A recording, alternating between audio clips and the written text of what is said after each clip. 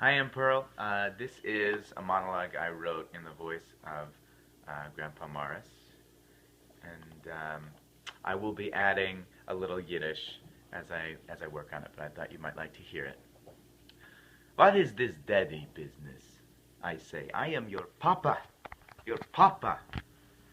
On this day, my 10-year-old, my Lena, has come home from her American school, and suddenly now I am daddy. Hello, Daddy, she says. I can't believe my ears. She says in perfect English.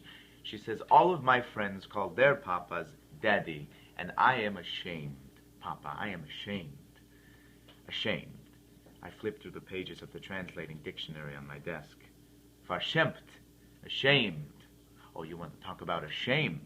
I think to myself in Yiddish, but say nothing because I do not have the patience to translate these words into Yiddish for English for my daughter.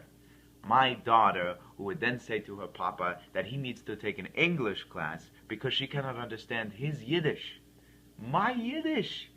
Then learn Yiddish, I say. When I was your age, I had learned Yiddish, Hebrew, Polish, and Russian, so you will be patient with your papa, who now learns English for his fifth language. Sorry, Daddy, she says. I take a breath. Now it is my turn to be patient. Story time, come, Kinderlach. I grew up in a Russian town called Baranovichi, I begin to tell her. I was not much older when I moved, not much older than you when I moved to America, and it might as well have been in chains. I was what was known as a draft dodger. All Russian boys over 16 may be asked to serve a minimum of 25 years in the army, but being a Jewish boy, I was top prize for recruitment officers.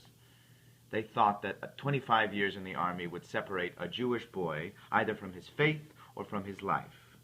This was a kind of clean pogrom. When my father heard that the officers were to come for me, he put me on the next boat to America. I never saw my mother and most of my family again.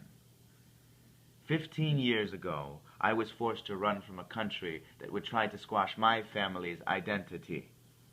And on this day, I watched you, mein Kinder, try to squash your own. Our Yiddish is all we have left.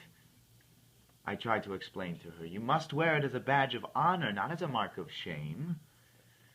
She nods, I nod, but we both know that I would become Daddy that day, and Papa would be left floating somewhere over the Atlantic Ocean.